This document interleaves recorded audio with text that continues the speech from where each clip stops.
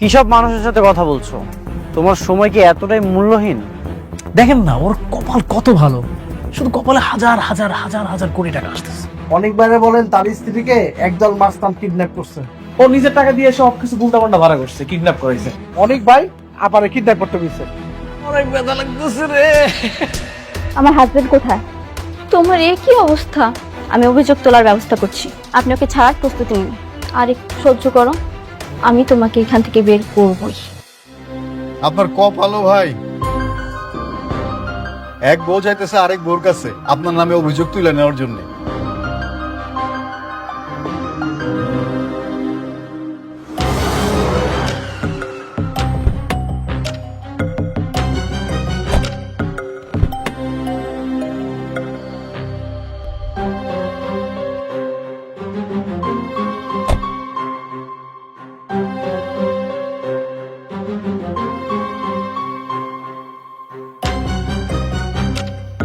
আম্মা, আম্মা,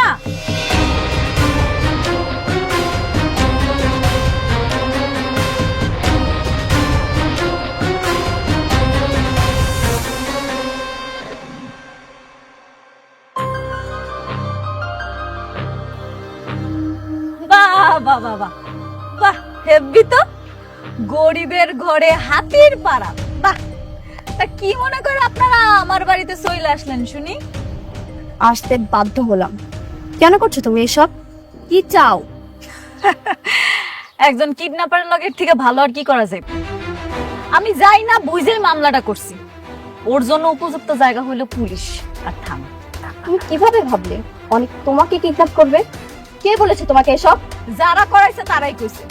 আমি আমার সন্তানের নিরাপত্তা চাই। আমার সন্তান পৃথিবীতে আইব না, এর নিরাপত্তা দিব কি? তুমি আমাকে আর অনেককে আলাদা করার জন্য মামলা করেছো, তাই না? নিজে তো হারাইছই, এখন আমাকে আর অনেককে আলাদা করার জন্য মিথ্যা মামলায় ফাঁসাইছো। একদম মুখ সামলা কথা বলবেন। বৃষ্টি, আমি না আপনার মতো জঘন্য বড় লোক না যে রাজনীতির চাল খেলতে গিয়া মানুষের জীবন নষ্ট করে দিব। যেটা আমার সাথে ঘটছে আমি ঠিক সেইটাই করছি। তুমি যদি আজকে অনেকে প্রথম শ্রেণী না হতে না, তোমাকে অনেক কিছুই জবাব দিতাম। শুধুমাত্র তোমাকে বিয়ে করার জন্য আজকে অনেককে জেলে যেতে হলো। আরে আল্লাহ রে, হাস্যকর আলাপ। আর আমি যদি কই শব্দ সাপ না, শুধুমাত্র আপনারে বিয়ে করার পর থেকে ওর জীবনের আজকে এই উন্নতি। কোন স্ত্রী তার স্বামীকে মিথ্যা মামলা দিয়ে জেলে দিতে পারে না। অবশ্যই পারে। কেন পারে জানেন? যেই স্বামী তার স্ত্রীকে মারার জন্য অন্য একটা কিডন্যাপার আনতে পারে, সেই স্ত্রী তার পেটের সন্তানকে বাঁচানোর জন্য স্বামীর বিরুদ্ধে সব করতে পারে। তুমি বুঝতে পারছো না, অনেক তোমাকে কিডন্যাপ করেনি মেঘলা। তো ভালোই, ভালো না? আমার যেহেতু কিডন্যাপ করে না, এটা তো পুলিশ বুঝা লইব। আমার কাছে আনার দরকার কি আপনাকে? আপনারা বড় লোক মানুষ, বিরাট কারবার জান না, আপনাকে বিরাট কারবার দেখান। আমার এখানে আসার তো কোনো দরকার নেই। জান, তুমি মামলা তুলবে না, তাই তো? ঠিক আছে, বুঝতে পেরেছি আমি। আমিও দেখব তুমি আর কতক্ষণ অনেককে জেলে রাখতে পারো। আমি তো ওকে মুক্ত করেই ছাড়ব, দেখিনি।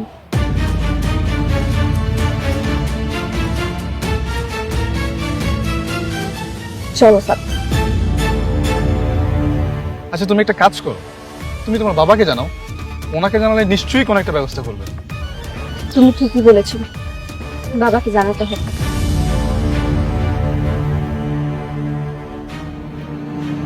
আরে ব্যাপারটা একটু যাচাই বাছাই করে নিতি। যাচাই বাছাই করার আর কিছু নেই আব্বা। যা ঘটছে তাই ঘটছে।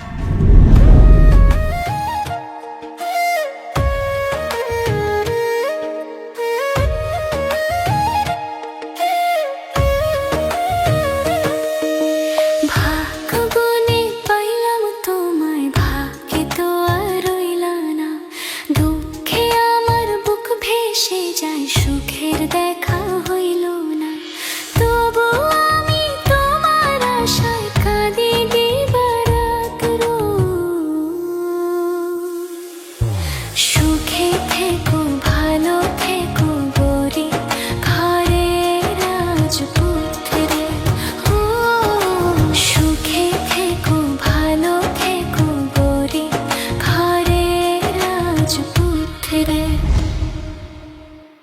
আঙ্কেল, আমি তো হাজার হাজার কোটি টাকার মালিক হয়ে যাচ্ছে। কি বলো? তুমি না কিছুদিন আগে বললে তুমি 100 কোটি টাকা লাভ করতে যাচ্ছ, এখন আবার 1000 কোটি টাকা হয়ে গেল। একটা কথা কি জানেন আঙ্কেল, পথ যতই কঠিন হোক, যদি গন্তব্য ঠিক থাকে না, তাহলে সফলতা অবশ্যই আসে। তোমার তো দেখি একেবারে রাজকপাল, অনেকের চাইতে তোমার কপাল অনেক ভালো বাবা।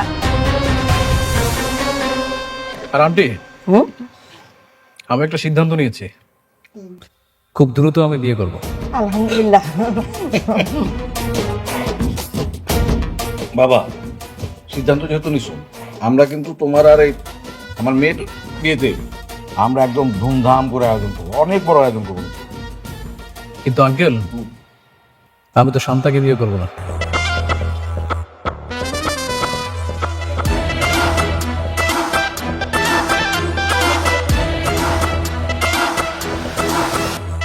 আমি বিয়ে করবো মেঘলাকে, অনিকের স্ত্রী মেঘলা। কি বলছো এসব? আমাকে রেখে ওই বস্তির মেয়েকে বিয়ে করতে যাবে? কাকে বস্তির মেয়ে বলো? মেঘলা হাজার হাজার কোটি টাকার মালিক। তারপর তুমি অনেকের পরে কেন বিয়ে করবে? মানে তোমার সঙ্গে তো কথা ছিল যে তোমার সঙ্গে শান্তার বিয়ে হবে। আমার কপালটাই পোড়া, যাকে বিয়ে করতে চাই সে ওই বস্তির মেঘলাকে বিয়ে করতে চায়। আঙ্কেল, অনেকরে তো শত্রু বানায় জেলে পাঠাই দিচ্ছে, আর এই মুহূর্তে মেঘলাও একা। তোকে যদি আমি বিয়ে করতে পারি, তাহলে হাজার হাজার কোটি টাকার মালিক হয়ে যাব। কিন্তু বাবা, সব সম্পত্তি পাওয়ার পরে তুমি কি আমার মেয়ের বিয়ে করবা? অবশ্যই করব। সম্পত্তি পাওয়ার পর বস্তির মেয়ে বস্তিতে। দেখো রাতুল, আমার ভাতিজারে কিন্তু খুব সাবধানে হ্যান্ডেল করবে, তো কখন কি করে ফেলবে তার কিন্তু ঠিক নেই। আপনি এটা নিয়ে টেনশন করবেন না, আপনার ভাতিজা আমার কিচ্ছু করতে পারবে না। এখন আপনি খোঁজ নিয়ে দেখেন, ওকে পুলিশ এই মুহূর্তে ধরে হয়তো হাড় হাড্ডি ভেঙে দিয়েছে। আপনি হ্যাঁ রিল্যাক্স।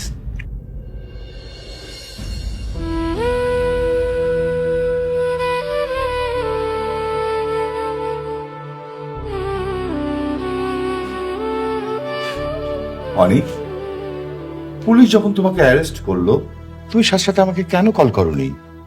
পুলিশ তোমাকে মেরে আহত করলো, আমি যদি জানতে পারতাম তোমার এই অবস্থা কোনো মতেই আমি করতে দিতাম না। বাবা, সব কিছু হঠাৎ করে এমনভাবে হয়ে গেল, আমি কিছুই বুঝতে পারিনি। যাকে আমি বাঁচানোর জন্য ছুটে গেলাম, সে আমার নামে মামলা দিয়েছে, সে আমাকে পুলিশের কাছে ধরিয়ে দিয়েছে। অনিক, তোমাকে নিয়ে আমি আর পারছি না। একটা বস্তির মেয়ে বিপদে পড়েছে, তার বিপদ উদ্ধার করার জন্য কেন তোমাকে ছুটে যেতে হবে? বাবা, আমি ওকে যেতে বলেছিলাম। তার মানে তুই অনিককে তোর সতীনের কাছে পাঠিয়েছিস? আচ্ছা, ওকে যে পাঠালি ওখানে, যদি ওর বড় ধরনের কোনো বিপদ হতো? ভেবেছিলাম একা একটা মেয়ে বিপদে পড়েছে, সাহায্য করা দরকার। ও তো যেতে চায়নি, আমিই জোর করে পাঠিয়েছি। এখন বুঝতে পারছি কত বড় ভুল করেছি।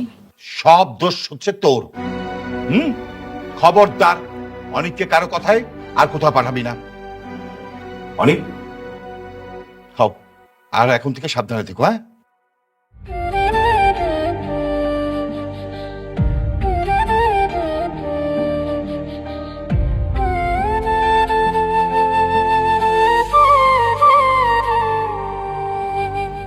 শুন মা, এই থানা পুলিশ মামলা এইসব আমাদের জন্য নামা, এগুলি করলে শত্রুতা বাড়ে।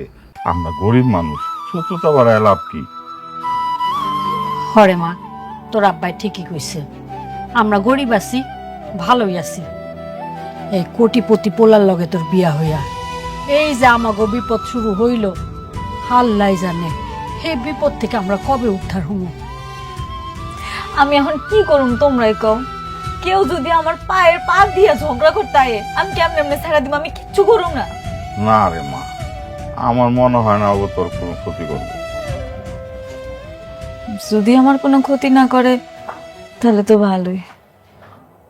আব্বা, আম্মা, আমি তো আমার ভালোটা বুঝি না, এখন থেকে তোমরা যেটা কইবা হেরে দিব। মারে, আমি কই কি, এই তুই এক কাজ কর, ওই অনেকের নামে যে মামলাটা করছস ওইটা তুই তুইলে নে। আর শত হইলো তো তোর পেটের বাচ্চার বাপ। হরে মা, সেইটাই ভালো হইব।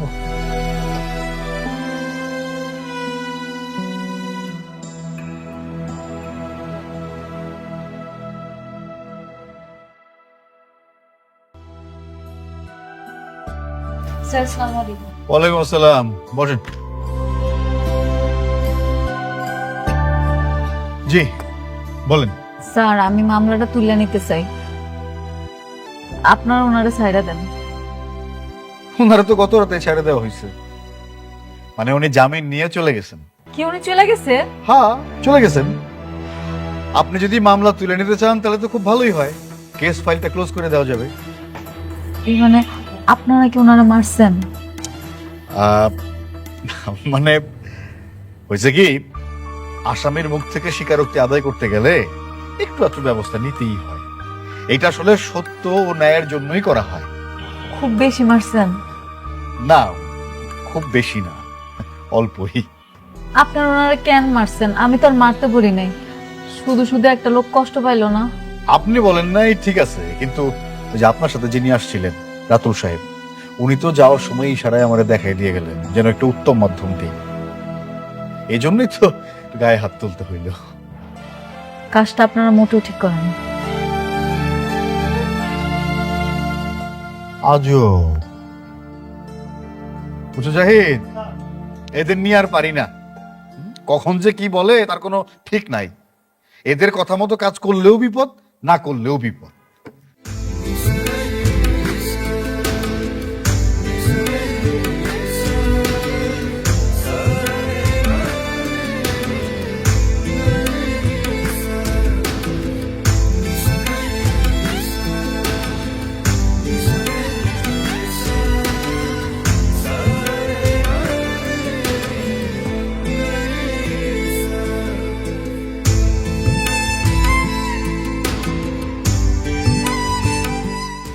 কি হয়েছে তোমার?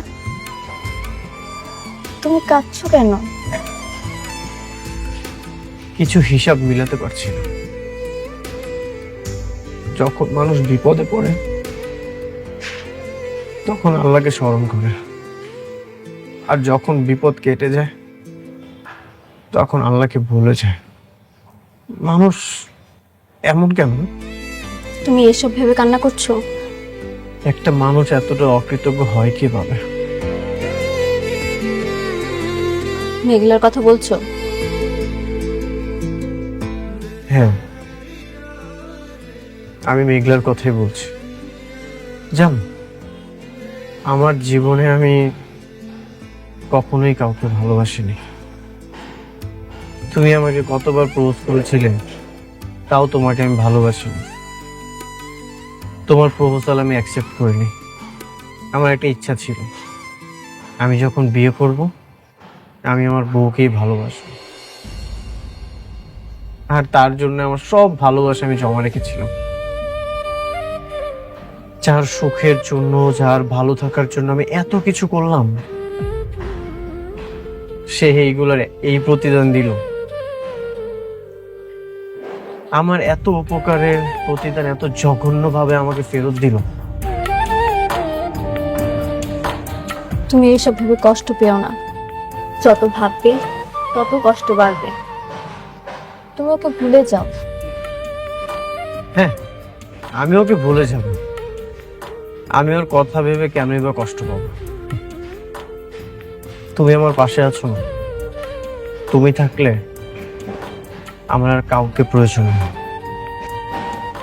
আমি সারাটা জীবন তোমার সাথে থাকবো, তোমার বিপদে আপদে তোমার পাশে ছায়া হয়ে থাকবো।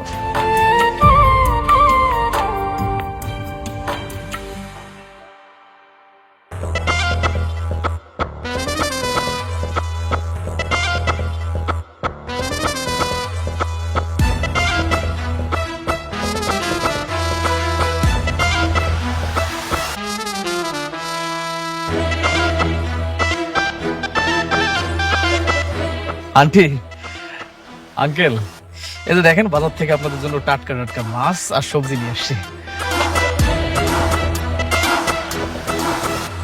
ভাবি, আসসালামু আলাইকুম, কেমন আছেন? আপনার শরীরটা ভালো আছে তো? আপনি আপনি এখানে কেন আইছেন? এই যে আপনার জন্য বাজার নিয়ে আসছি ভাবি। এই যে দেখেন আয়রন এবং পুষ্টিযুক্ত খাবার নিয়ে আসছি আপনার জন্য। এখন তো আপনার অনেক ভালো ভালো খাবার খাওয়া দরকার। আন্টি নেন, রাখেন। আরে রাখেন, এইটা রান্না করেন, অনেক মজা আছে, সেই স্বাদ কিন্তু। একদম টাটকা মাছ, টাটকা সবজি। জানেন ভাবি, আমি না কালকে সারা রাত ঘুমাইতে পারিনি, পুরো ছটফট ছটফট করতে করতে আমার রাতটা চলে গেছে। কালকে একটা কি বিপদ না গেল আপনার উপর দিয়ে। আমার না কি মনে হয় জানেন ভাবি, মাঝে মাঝে মনে হয় যে সবকিছু ছাইরা দিই, ছাইরা দিয়ে আসে আপনার বডিগার্ড হয়ে থাকি। আমার কোনো বডিগার্ড লাগবে না। কি বলেন ভাবি? আপনার বডিগার্ড না লাগুক, কিন্তু একটা দায়িত্ববান লোক তো আপনার পাশে থাকা দরকার। এই যে দেখেন আপনার বাবা অসুস্থ, আপনি নিজে মা হতে চলছেন, আপনার চারপাশে শুধু বিপদ আর বিপদ। এই মুহূর্তে আপনার একটা দায়িত্ববান লোক থাকা খুবই জরুরি দরকার। এই জন্য আমি বলতেছি আপনার আমি দায়িত্ব নিতে চাই। না, আমার লাগবে না তো, আমার কারো লাগবে না। আমি কাউরে বিশ্বাস করতে পারি না, আপনি বুঝেন না?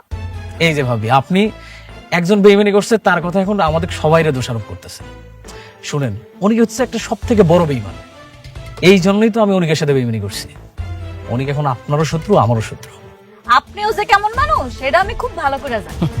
জানেন না ভাবি, এটা জানতে হলে জানার একটা মন থাকা দরকার। শুনেন, আমি খুবই একটা ভালো মানুষ, আর আমি সবসময় আপনার ভালো চাই। এই জন্য তো আপনার দায়িত্ব নিতে চাই। অনিকের মতো বেইমানি আমি আপনার সাথে করবো না।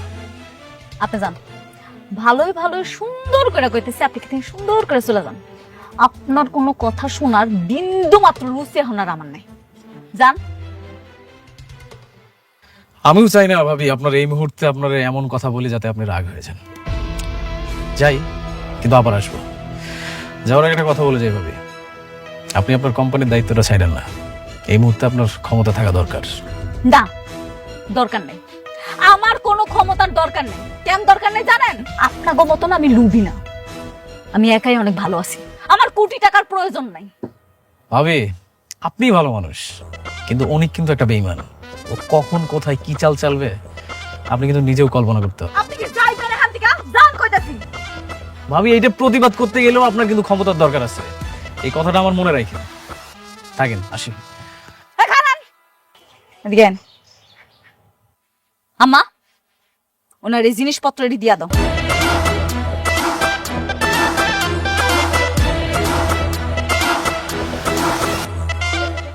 নাও বাজার নাও, এগুলো বাজার আমাকে লাগবো না।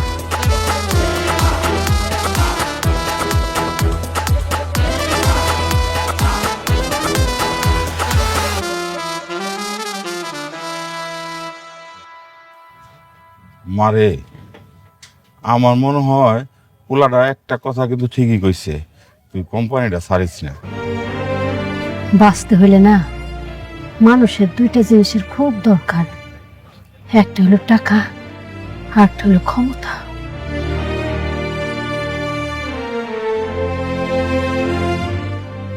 তোমরা ঠিকই কইছো, আমার আরো শক্ত হইতে হইব।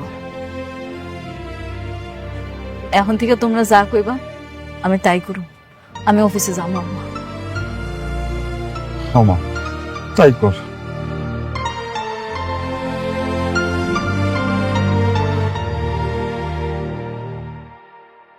সেলিম সাহেব, সেলিম সাহেব, লোকজন সব কোথায়? কাজ অফ কেন? স্যার, সালিমা বিল্ডার্স গ্রুপের লোকজন এসে আমাদের সাইডে যত লোক আছিল সব নিয়ে চলে গেছে স্যার। শালিমা বিল্ডার্স থেকে লোক এসেছিল? মেঘলা নামের কেউ এসেছিল নাকি ওর ম্যানেজার এসেছিল? না স্যার, ওরা কেউ আসেনি স্যার। রাতুল সাহেব আইসা সব নিয়ে চলে গেছে স্যার। রাতুল এসেছিল? তোমরা কিছু বলোনি? স্যার, আমি কি করবো স্যার? সালিমা বিল্ডার্স লোকজন আইসা বললো যে ডবল বেতন দেবে, তার লোকজন শুই নাই, সব চলে গেল স্যার। তার মানে মেঘলা সবকিছু করাচ্ছে? হতে পারে স্যার। রাতুল সাহেব বললো আপনারা কি ম্যাডামের অনেক ক্ষতি করছেন, তারই প্রতিশোধ নিচ্ছে। আরো বললো আপনাকে নাকি স্যার পথে বসাই দিব। মেঘলা,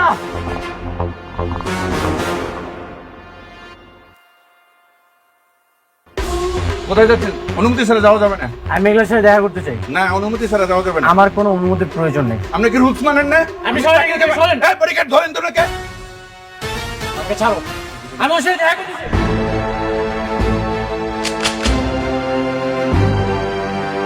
ওনার সাইডে দেন।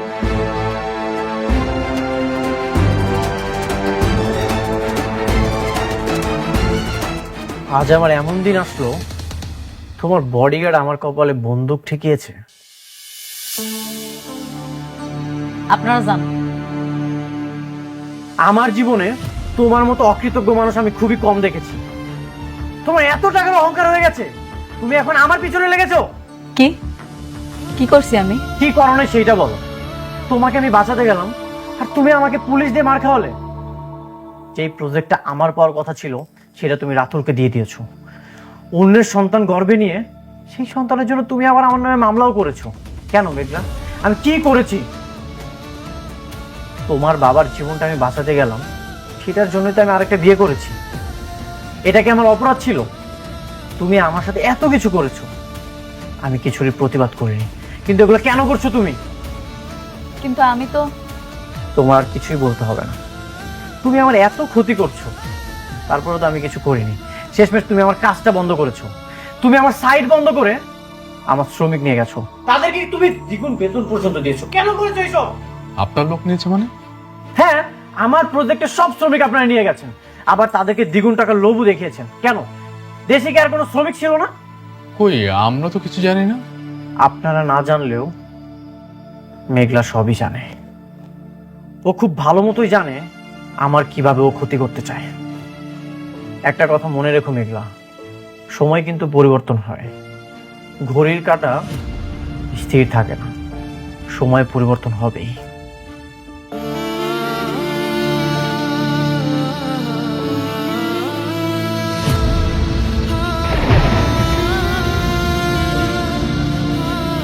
ম্যাডাম, আপনি মন খারাপ করবেন না। ম্যানেজার আঙ্কেল, আমাদের কাজের জন্য ওনার লোকজন আনতে বলছে কি? আমি বলছি? আমি তো বলি নাই। ম্যাডাম, ওই কাজটা তো আমরা রাতুল সাহেবকে দিয়েছি। রাতুল সাহেব কোথেকে লোক আনছে সেটা তো আমরা জানি না। তাহলে আপনি একটা কাজ করেন, রাতুল সাহেবের বইলা দেন ওনার এখান থেকে যাতে কোনো লোক নিয়ে আসা কাজ না করায়। জি ম্যাডাম, আমি এখনই রাতুল সাহেবকে ফোন করে দিচ্ছি। হে আল্লাহ, আমার জীবনটা তুমি আগের মতো কইরা দাও না। এত যন্ত্রণা আমি আর সহ্য করতে পারতাছি না।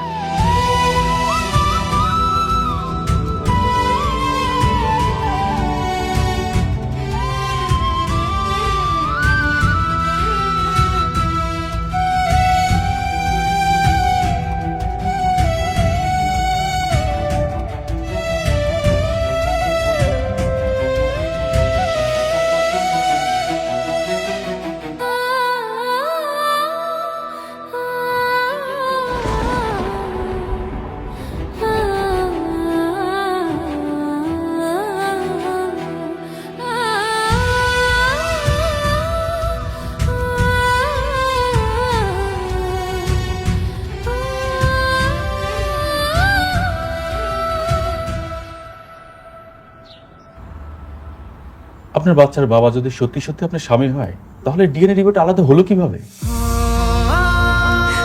আমি জানি না ভাই, আমি কিচ্ছু জানি না, আমি কিচ্ছু বুঝতেছি না। শুধু এতটুকু কইতে পারি আমি কোনো পাপ করি নাই। আমার এই পেটের সন্তান অনেকেরই। আমি আপনার আবেগ বুঝতে পেরেছি, কিন্তু আইনের কাছে আবেগের কোনো মূল্য নেই। আইন খুঁজে প্রমাণ। আমার কাছে যে প্রমাণ নাই। এটাই তো সমস্যা। প্রমাণ ছাড়া কিভাবে বোঝাবো যে আপনার সন্তানের বাবা কে? এটা তো অসম্ভব ম্যাডাম। একটা উপায় আছে। আমি শুনছি যেই সব মামলা থানায় নেয় না, ওগুলা নাকি কোর্টে নেয়। আমি আমার সন্তানের অধিকার আদায়ের জন্য কোর্ট পর্যন্ত যাইতে রাজি আছি।